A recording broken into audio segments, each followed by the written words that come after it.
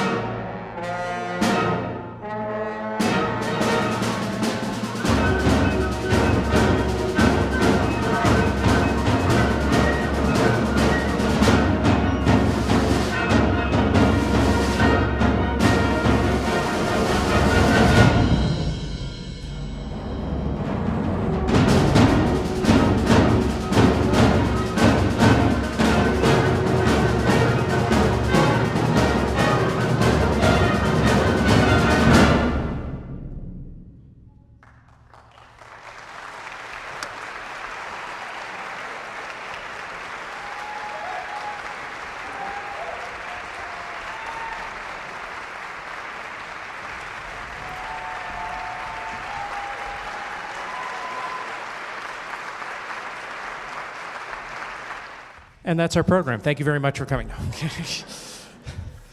It's hard to believe there's more after that, but there is. The second piece is another piece by a fairly young composer, Josh Trinidou, who I've worked with in a number of capacities in the past.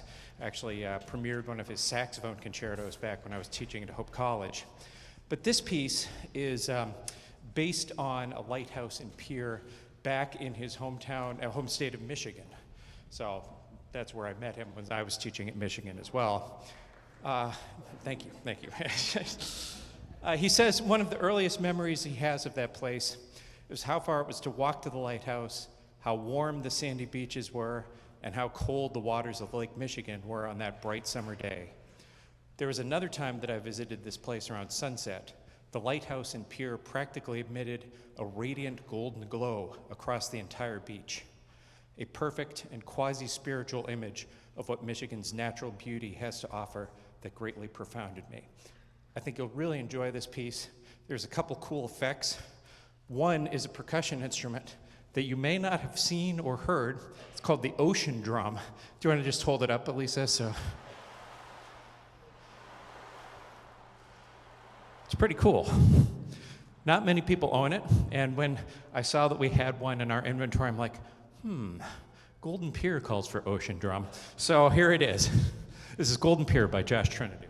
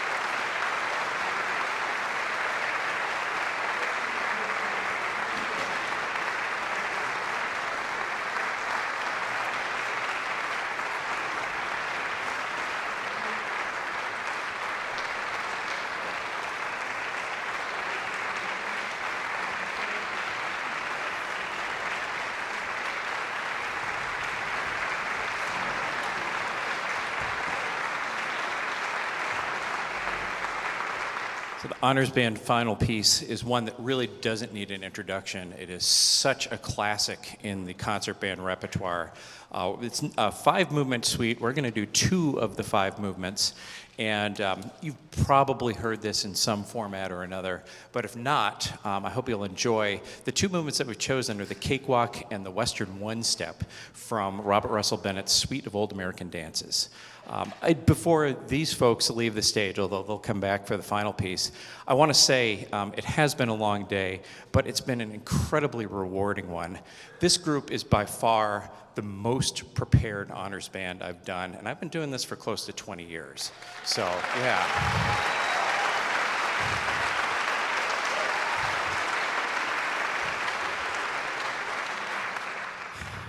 I've really enjoyed working with them, and they'll probably admit to enjoying it after they've gone home and crashed. But here's 2 movements from the Suite of Old American Dances.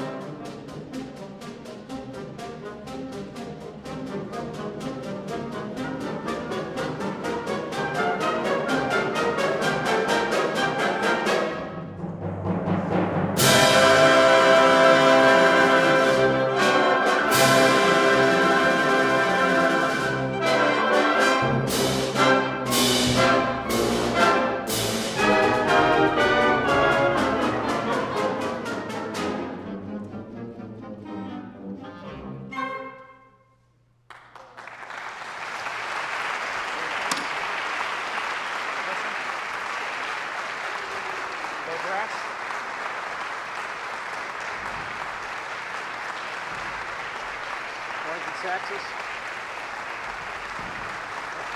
trumpets, second row, second row.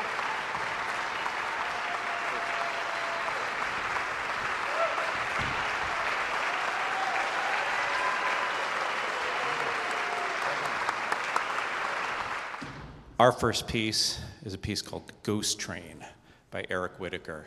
This is the legend of the ghost train, a supernatural machine that roars out of the night through forgotten towns and empty canyons, is deeply rooted in American folklore, and it was this spirit that Eric Whitacre tried to capture. This is actually part of a three-movement suite, but we are just doing the very first movement, which is one named Ghost Train. You're going to hear some very interesting sounds. all sorts of kind of portamento things and the flutes, percussion, do some interesting stuff. It's a really interesting piece. So I hope you enjoy Ghost Train.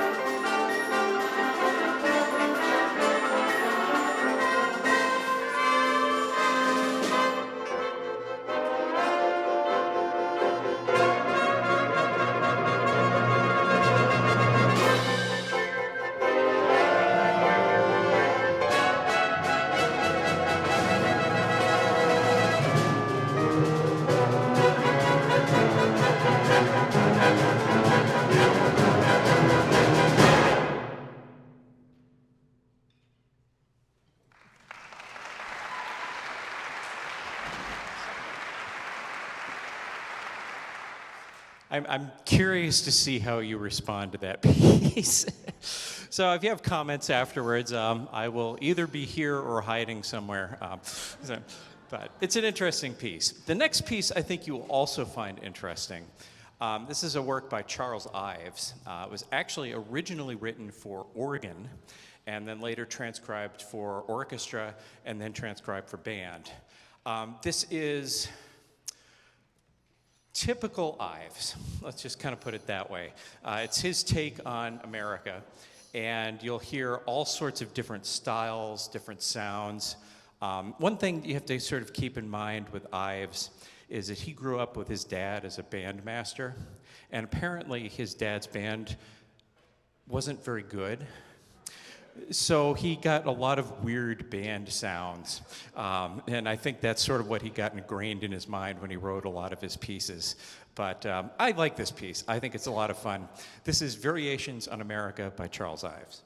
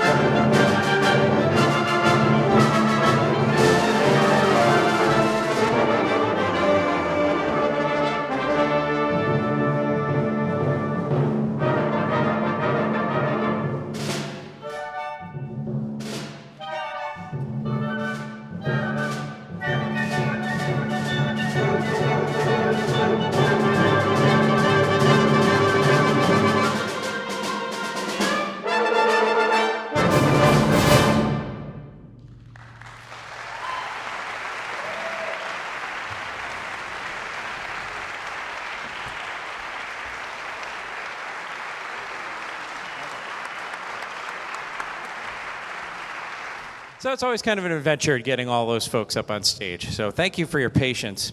I just want to go through, there are some people that are really important to this day. that without whom it would not happen. So a lot of them are listed on the special thanks page, which is in your program. So I'm just going to point out a few folks. You can see the list of high schools and directors that have sent students here, and it's really fantastic. It's a great representation, and we really appreciate those band directors. So, yeah.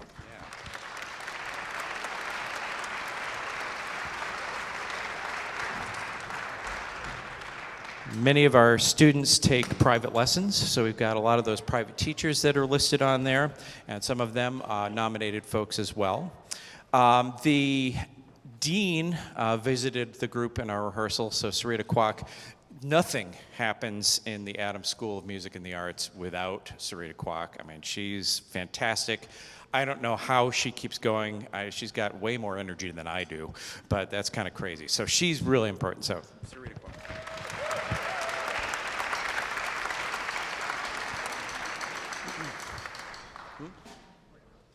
Okay. Yep, so we might need to share some stands if we don't have enough. So if anybody can share, who's missing a stand still? Well, you guys figure it out.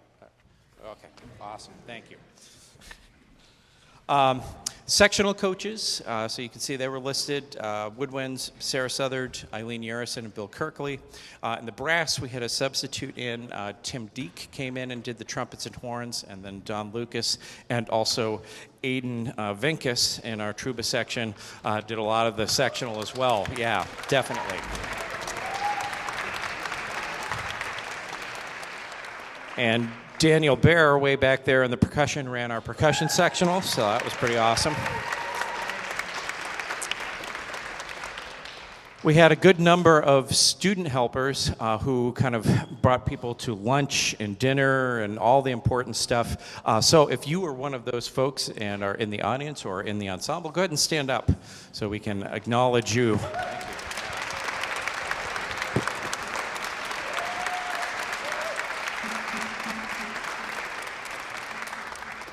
And you saw some of my TAs floating around here. Jordan's still floating around here, so Jordan's up there.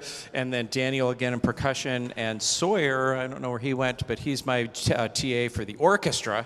So he was giving of his time, so thank you guys.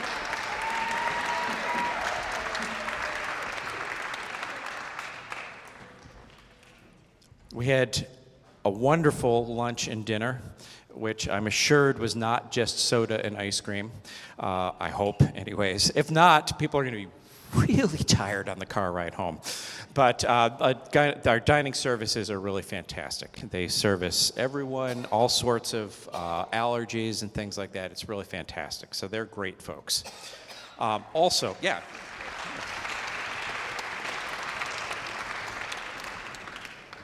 Somewhere floating out there is Dave Jamrog, who is doing our live stream, and then our folks from CTS are helping with sound and all that, so thank you guys. Yeah. I'm not sure who is here. Sorry, a little Kermit the Frog there for you. But Rachel Bovee, Cordelia is up here in the front. Cordelia takes care of everything that is not what I do on the podium, and I could not do this without her. Stand up, Cordelia. Yeah.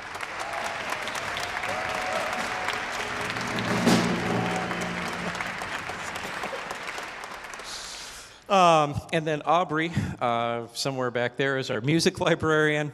Ellie Cooper, I don't know if she's here, she did the programs for us as well as the posters and all the digital signage. Joni Went, directs, I actually don't know what she does, but it's really important. And then way in the back, Sarah also helps us with ops. She did a lot of the stage steps, so thank you, Sarah. Yeah.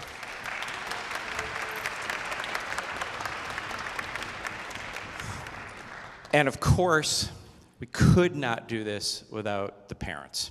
We are super appreciative of the support that you give the students behind me. You give them lifts, you drive them all over the state of Massachusetts, take them where they need to go. Thank you very much.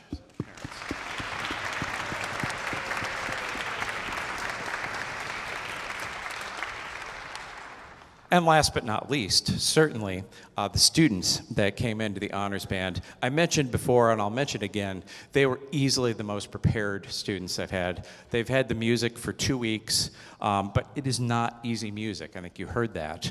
And they came in ready to go, energetic. It makes my job easy and fun, which is fantastic. So thank you, students.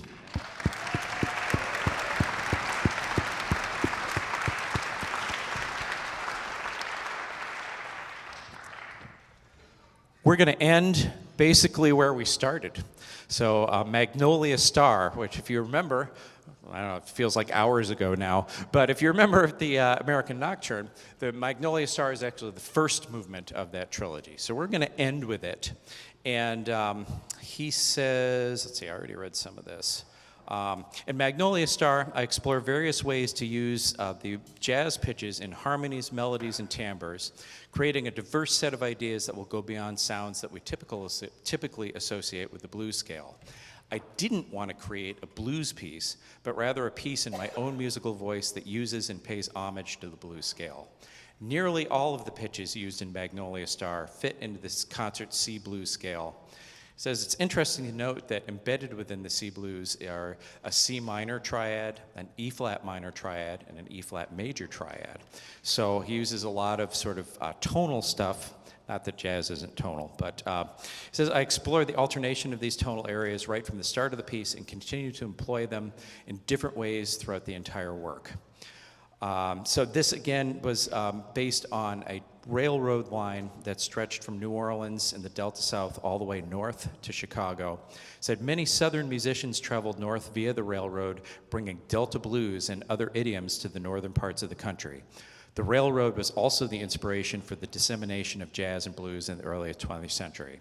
Magnolia Star was an Illinois Central line, and it ran also with the famous Panama Limited. I didn't know that one, in the mid-20th century. So, here we are. This is Magnolia Star by Steve Daniel.